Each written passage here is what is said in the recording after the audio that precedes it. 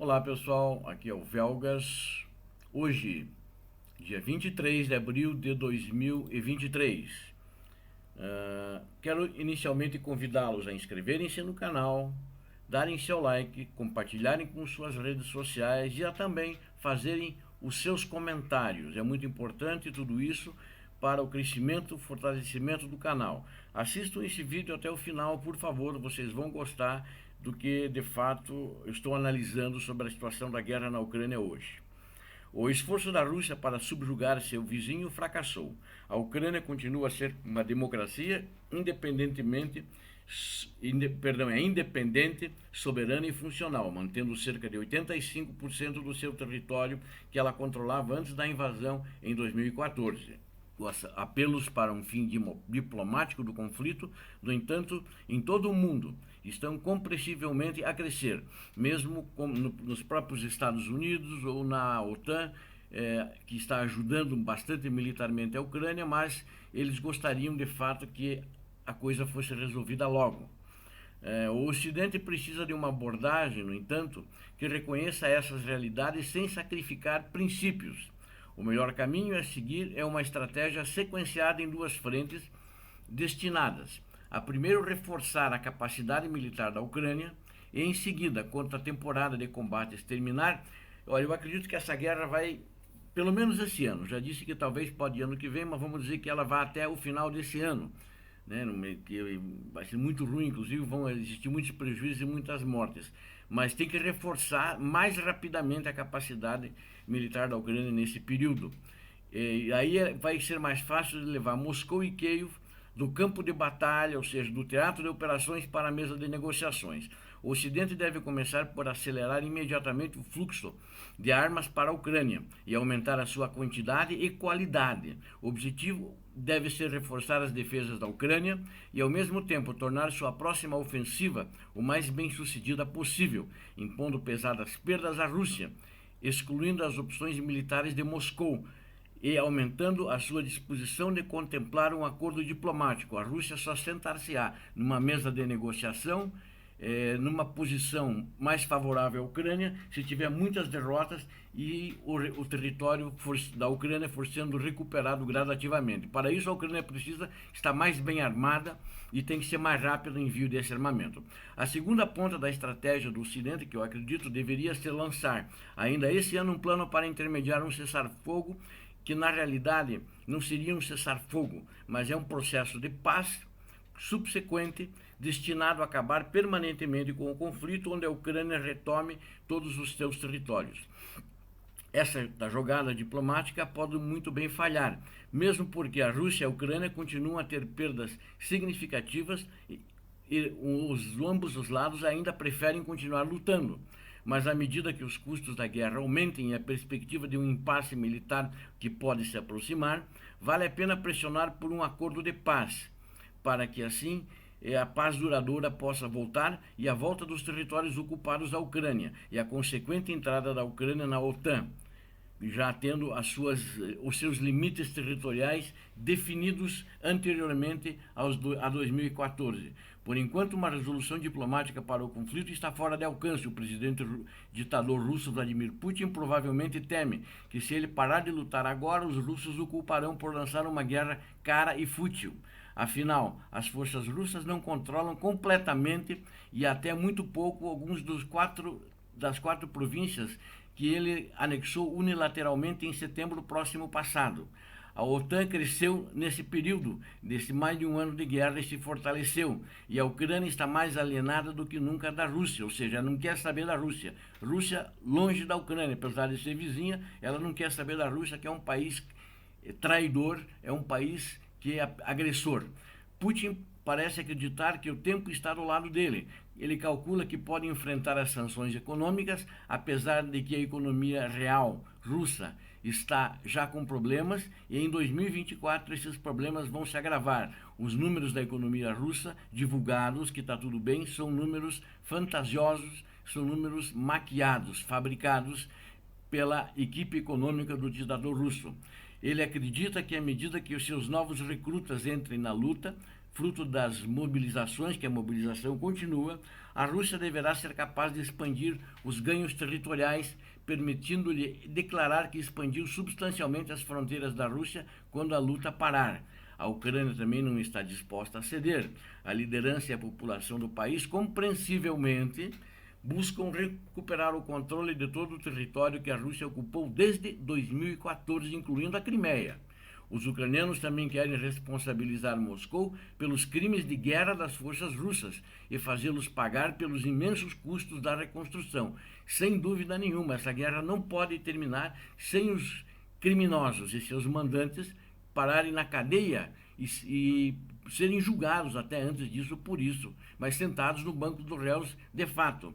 Além disso, Kiev tem boas razões para duvidar se o ditador russo pode ser confiável para cumprir qualquer acordo de paz. Em vez de olhar para o Ocidente em busca de intervenção diplomática, os líderes ucranianos estão pedindo mais ajuda militar e econômica. Os Estados Unidos da América e a Europa forneceram inteligência, treinamento e material bélico consideráveis. Mas é uma coisa que eu acho que não foi legal nessa guerra, eles adiaram o fornecimento de sistemas militares de capacidade ainda maior, né, como mísseis de longo alcance, né, aeronaves, por exemplo, aviões de caça F-16, que a Ucrânia está pedindo, que são equipamentos mais avançados, porque eles, por medo de que isso provocasse o ditador russo e ele viesse a escalar mais a guerra, seja usando uma arma nuclear, que ele vive fazendo cara feia e ameaçando, mas acho que eles não devem ter medo de cara feia, ou então atacando deliberadamente as tropas ou o território de um membro da OTAN. Eles ficaram com medo disso. É, portanto, hora de o Ocidente parar de ter medo do ditador russo, que já mostrou que sua força militar é fraca, e começar a dar à Ucrânia os tanques em maior quantidade, mísseis de longo alcance e outras armas de que precisa para recuperar o controle de seu território nos próximos meses. Os países europeus que começaram a entregar tanques Leopard e os Estados Unidos prometeram 31 tanques, mas eu acho que isso é muito pouco, os Abrams, né? Acho que teria que vir, ele falou num discurso para o presidente Zelensky, quando esteve lá, que ele ia fornecer 700 tanques. Espero que sejam 700 tanques mais modernos, né? E devem, daqui a 2 meses, estar sendo entregues esses 31 tanques Abrams, e o treinamento já começou das tripulações ucranianas. E o ritmo das entregas, em geral, tem que aumentar. Ele não pode chegar depois que as necessidades já estão muito prementes e houve muitas perdas ucranianas. Ou seja, mais tanques aumentariam a capacidade das forças ucranianas de perfurar as linhas defensivas da covarde Rússia, que invadiu imoralmente a Ucrânia, né? Tanto isso no sul da Ucrânia quanto na região de Donbass. Ou seja, é preciso desses tanques, mas precisa também sistema de mísseis táticos para o exército ucraniano, ou seja, os mísseis chamados ATACMS, né? ATACMS, que os Estados Unidos até agora se recusaram a fornecer, mas esses mísseis permitiriam que a Ucrânia atingisse posições, postos de comando e depósitos de munições russos nas profundezas do território russo, preparando o caminho para uma ofensiva ucraniana mais bem sucedida. Os militares dos Estados Unidos da América também devem começar a treinar pilotos em maior quantidade. Já tem lá um pequeno número sendo treinado, mas precisa treinar uma quantidade maior, né, de pilotos de F-16, e porque isso leva um certo tempo, esse treinamento, mas iniciá-los agora, né, ou já ter iniciado, permitiria que os Estados Unidos da América entregassem aeronaves avançadas, tão ou mais avançadas que as aeronaves russas. E quando os pilotos ucranianos estiverem prontos, eles enviariam um claro sinal à Rússia de que a capacidade da Ucrânia de travar a guerra está numa trajetória crescente, ou seja, a Ucrânia está mais bem preparada e vai, com certeza, nessas condições, trazer um prejuízo e muitas perdas maiores para as tropas russas.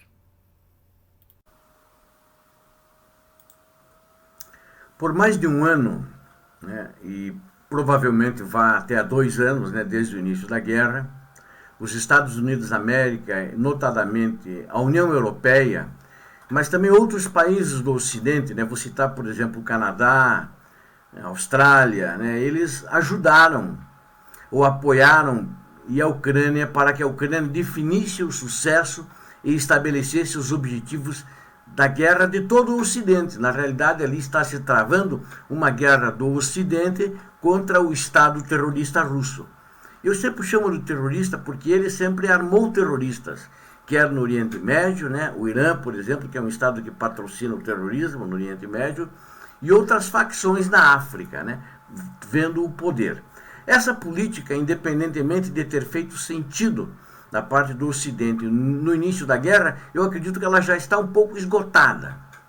É imprudente continuar exatamente assim, porque os objetivos da Ucrânia, eles estão entrando em conflito com os outros interesses ocidentais, né? E, por exemplo, o presidente Macron esteve agora na China dizendo que não quer ser mais vassalo dos Estados Unidos da América. Mas será que ele quer ser vassalo da China? Parece que sim. Voltou, puxaram a orelha dele, ele ficou quietinho. Lamentavelmente, o nosso presidente do Brasil também foi à China e repetiu um discurso pró-Rússia, né? Agora, em Portugal, teve que desdizer muita coisa por causa da pressão de Portugal em nome da Europa, lamentavelmente. Mas eu acho que esses conflitos, né, fazem com que talvez a posição dessa guerra atual ela acabe ficando ao longo do tempo um pouco insustentável, né? E até porque os custos da guerra estão aumentando de uma maneira exponencial muito grande. E a população ocidental e os governos estão cansando, né, dessa questão, né, da guerra. Como potência global, os Estados Unidos da América, porque acho que é a única potência global no mundo hoje, efetivamente. Inclusive, mais do que a China. A China é regional, com um PIB de potência global, mas ela ainda é um estado regional, restrito à Ásia. E ela está tentando se expandir agora, mas os Estados Unidos da América, como potência global, devem reconhecer que uma definição máxima dos interesses em jogo na guerra produziu uma política cada vez mais de entrar no conflito, onde eles, quem sabe, poderiam entrar no conflito, e isso pode se chocar com outras prioridades dos Estados Unidos da América, né? Por que entrar no conflito? Porque, de fato, estão fornecendo armas, né? Existem tropas especiais de alguns países atuando na Ucrânia, né? Como nós já vimos isso, e vocês devem ter visto isso em outras reportagens também. A boa notícia é que existe um caminho viável para sair desse impasse, na minha opinião.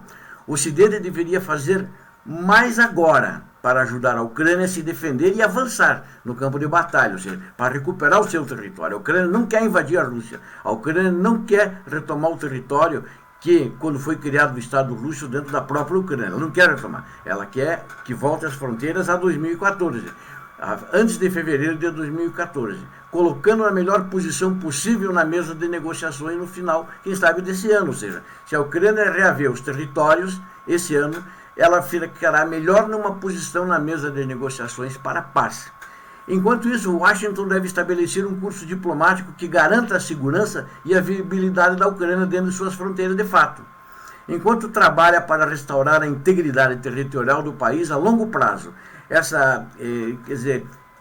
a Ucrânia deveria recuperar esse ano o território dele, mas tem que ter estabilidade, ou seja, aí os Estados Unidos, junto com a OTAN, tem que trabalhar para essa estabilidade ser a longo prazo, né? Para que o Putin ou algum outro russo louco no lugar dele volte a invadir a Ucrânia falando mentiras, né? Só gente ignorante e sem educação, mafiosos, é que falam mentiras para justificar essa carnificina que ele está fazendo.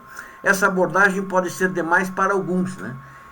E não suficiente para outros, mas ao contrário das alternativas, tem a vantagem de misturar o que é desejável com o que é factível, ou seja, tem que armar mais rapidamente a Ucrânia, fazê-la ter mais força, empurrar os terroristas russos para o seu território de volta e aí consolidar numa mesa de negociação efetivamente a paz. Antes disso, eu acredito que vai ser impossível. Nenhuma das partes vai aceitar a paz. E a Rússia já está muito desgastada, né? Vocês não tenham dúvida, economicamente, o que tem até agora acontecido são números falsos, números mentirosos fornecidos pelo ditador e sua gangue na ala econômica. Obrigado a todos vocês que assistiram esse vídeo. Deus abençoe a todos. Deus abençoe os inscritos no canal. Deus abençoe a Ucrânia. Deus abençoe o Brasil. Vamos rezar pela paz. Paz e bem.